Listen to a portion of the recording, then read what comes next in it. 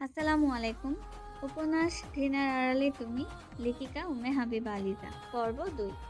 সকাল থেকেই খানবাড়িতে অদ্ভুত ব্যবস্থা। আলিজার ছোট বোন আলিশার জন্মদিন উপলক্ষে একটি পারিবারিক অনুষ্ঠান হবে আগামীকাল। বাড়িতে কাছের কিছু আত্মীয় স্বজন আসবে, তাই সবাই ব্যস্ত। কিন্তু এই ব্যস্ততার মাঝেও একটা জিনিস কখনোই বদলায় না, আলিজা আর ইরফানের ঝগড়া। সিঁড়ি দিয়ে দৌড়াতে দৌড়াতে নামছিল আলিজা। হঠাৎ পা পিছলে পড়ে যেতে নিয়ে আবার নিজেকে সামলিয়ে নিল। পেছন থেকে ইরফানের কড়া গলা, দেখে চলতে পারিস না, গাদা নাকি? এই শব্দটা শুনে আলিজার মাথা গরম। মনে মনে বলে, আপনি তো গাদার আপগ্রেড পারসন, ডিগ্রি করা গাদা। এভাবে দৌড়াস কেন? পড়ে গেলে তখন আবার নাটক করবি। আলিজা থেমে ঘুরে দাঁড়ালো। আমি পড়লে আপনার কি ঝামেলা বাড়বে? তোর পেছনে ডাক্তারের ফি, মেডিসিনের টাকা, এসব নিয়ে অযথা টাকা লস হবে। আমাকে তো আর এমনিতেই আপনার লাইফের ঝামেলাই মনে করেন আপনি। তার কণ্ঠে তীক্ষ্ণ বিদ্যুৎ। ইরফানের চোখ লাল হয়ে উঠল। একদম ঠিক বলছিস, তুই আমার জন্য ঝামেলা ছাড়া কিছুই না। বাড়ির নিচতলায় ৫টি রুম এবং উপরে ৪টি রুম। সিঁড়ি দিয়ে উঠতে প্রথমে ইরফানের রুম, এর পাশের রুম হলো নাইমের, এবং অপর পাশে সালজিরার রুম, এবং তার পরের রুম হলো আলিজার। নিচতলায় বাড়ির কর্তা আহমেদ খান এবং তার পুত্রবধূদের রুম। বেডরুমের পাশাপাশি নিচতলার একটি বড় ড্রয়িং রুম, মাঝে দ্বিতীয় তলার সিঁড়ির পাশে একটি বড় ডাইনিং রুম এবং একটি কিচেন রয়েছে। আলিজা নিজের রুমে দাঁড়িয়ে আয়নার সামনে চুল ঠিক করছিল। হঠাৎই দরজা নক না করে ঢুকে পড়লো ইরফান। এই রুম আজকে খালি কর। আলিজা ঘুরে দাঁড়ালো।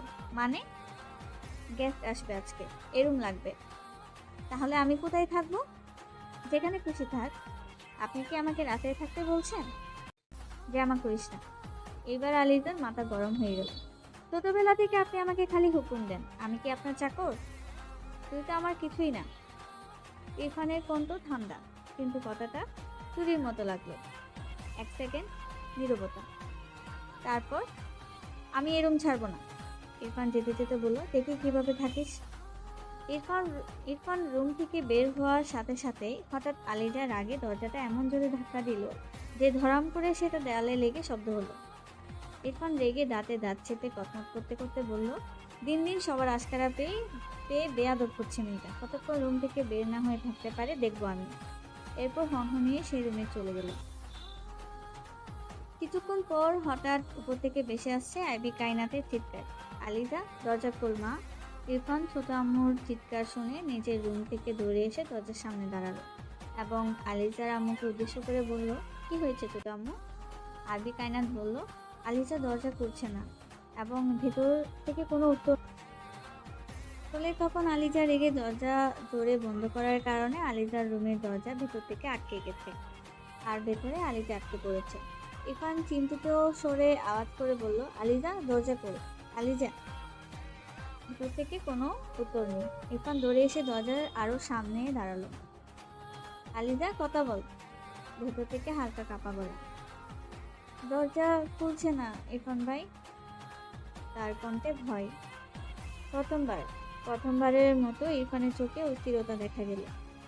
দরজার সামনে থেকে দূরে সরে দাঁড়া আলিজা। সে জোরে দরজাটা ধাক্কা দিল। একবার, দুইবার, তৃতীয়বারে দরজা ভেঙে গেল। ভেতরে মেঝেতে বসে আছে আলিজা। তার চোখে পানি, হাত কাঁপছে। সে আসলে ভয় পেয়েছে। ইরফান এক সেকেন্ডের জন্য থেমে গেল। এ প্রথম সে আলিজাকে এমন দেখছে। চঞ্চল দুষ্টু মেয়েটা আজ একদম ভেঙে পড়েছে। ইরফান বলল, কিছু হয় নাই। তার কণ্ঠ এবার নরম। আলিজা মাথা তুলে তাকালো। তাদের চোখে চোখ পড়ল। কোনো ঝগড়া নেই, কোনো রাগ নেই, শুধু অদ্ভুত এক নীরবতা। মুহূর্তেই সব বদলে গেল। আলিজা চোখ সরিয়ে নিল। আমি ঠিক আছি। ইরফান আবার আগের মতো গম্ভীর হয়ে গেল। ড্রামা শেষ হলে নেচে আয়। কিন্তু বের হয়ে যাওয়ার সময় একটা অদ্ভুত ব্যাপার হলো। সে একবার পেছনে তাকালো আর আলিজা চুপচাপ বসে ভাবছে, এই মানুষটা একটু আগেই কি এই চিন্তা করছিল আমার জন্য? অন্যদিকে সিঁড়ি দিয়ে নামতে নামতে ইরফান যেন এক স্বস্তির নিঃশ্বাস ফেলল। বাড়িতে সবাই ব্যস্ত। আলিশার জন্মদিনের আয়োজন জনের প্রস্তুতি তুঙ্গে। কিন্তু আলিজা আজ ইচ্ছে করে একটু বেশি চঞ্চল হয়ে আছে। কারণ একটাই, ইরফান।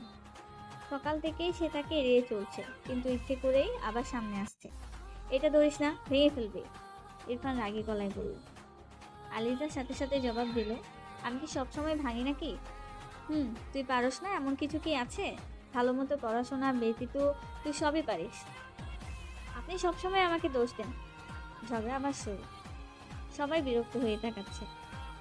আলিজা বিকেলের দিকে ছাদে উঠে গেল। প্রসঙ্গ, ছাদের পাশের আম গাছ থেকে কিছু কাঁচা আম নেবে চাটনি করে খাওয়ার উদ্দেশ্যে।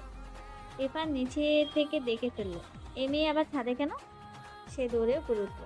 ছাদে আলিজা একটা স্টুলের উপর দাঁড়িয়ে কিছুটা দূরে থাকা আম গাছের ঢাল ধরার চেষ্টা করছে, যেখানে কয়েকটা কাঁচা আম একসাথে ঝুলেছিল।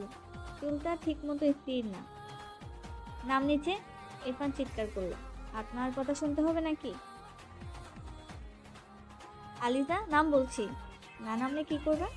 ঠিক সেই মুহূর্তে চুলটা হালকা ঢুলে উঠল। সবকিছু এক সেকেন্ডে বদলে গেল।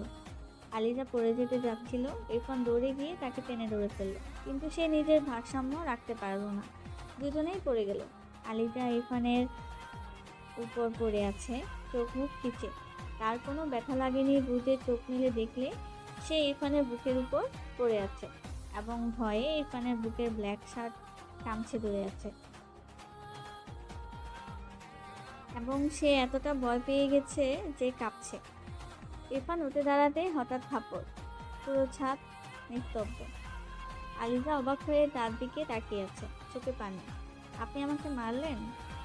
ইরফানের চোখে আগুন। কতবার বলেছি, বুঝিস না? আমি কি ইচ্ছা করে পড়তে যাচ্ছিলাম? তুই সবসময় এমন করিস, এটা আজকে নতুন না। আলিজার চোখ ভিজে গেল। আপনি আমাকে ঘৃণা করেন, তাই না? এক সেকেন্ড। ইরফান চুপ, তারপর মুখ ঘুরিয়ে বলল, হ্যাঁ।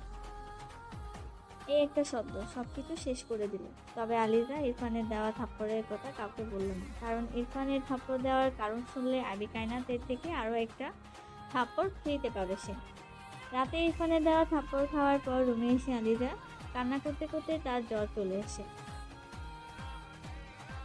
বাড়িতে হুলস্থুল পড়ে যায়। আলিজার মা আবি কায়নাত চিন্তা করছেন মেয়েকে নিয়ে। আলিশা মা এবং বোনের পাশে বসে আছে। রুমি আক্তার আলিজার মাথায় হাত বুলিয়ে দিচ্ছে, আর সাদিয়া রহমান আলিজার হাত পা বেটা নেপকিন দিয়ে মুছে দিচ্ছে যাতে জ্বর কমে আসে। আলিজার দাদা আহমেদ খান, বড় আব্বু, মেজ আব্বু আর তার আব্বু এসে দেখে গেল কিছুক্ষণ হচ্ছে। সানজিদা দাঁড়িয়ে আছে চিন্তিত মুখে। সানজিদা জানে আলিজার জ্বর আসার কারণ। আলিজা তাকে বলেছিল সব। নাইম বলে উঠল, আলিজার গালের এক পাশ কেমন জানি লাল হয়ে আছে, তাই না ছোট আম্মু? আইবি কায়নাত বলে উঠল, হয়তো এক পাশ হয়ে শুয়েছিল তাই এমন হয়েছে। ইরফান এক পাশে দাঁড়িয়ে শুধু দূর থেকে তাকিয়ে আছে আলিজার দিকে। তার চোখে অপরাধ বোধ, কিন্তু মুখে কোনো স্বীকারোক্তি নেই। জ্বরের গড়ে আলিজা ফিসফিস করে বলে উঠল, আমি তাকে ঘৃণা করি। সে আমাকে কখনো ভালোবাসে না। আমি আর ও লোকের সামনেই যাব না। কয়েক বছর আগের ঘটনা। একই ছাদ, একই রোদ। ছোট্ট আলিজা দৌড়াচ্ছে হাতে ঘুড়ি। ধরবো ধরবো বলে বলে ঘুড়ির পেছন পেছন দৌড়াচ্ছে। দূরে দাঁড়িয়ে আছে তরুণ ইরফান, এই দৌড়াস না। কিন্তু সে শোনেনি। হঠাৎ পা পিছলে যায়। সে পড়ে যেতে যাচ্ছিল। ইরফান দৌড়ে আসে। এক মুহূর্ত না ভেবে সে তাকে ধরে ফেলে, কিন্তু নিজে পড়ে যায়। সবকিছু শেষ। আলিজার কোনো ক্ষতি না হলেও আলিজাকে বাঁচাতে গিয়ে ইরফান ছাদ থেকে পড়ে যায়, ফলে ইরফান গুরুতর আহত হয়। সেদিন তার হাত ভেঙে যায়, আর কয়েক মাসের জন্য সে প্রায় শয্যাশয়ী হয়ে পড়ে।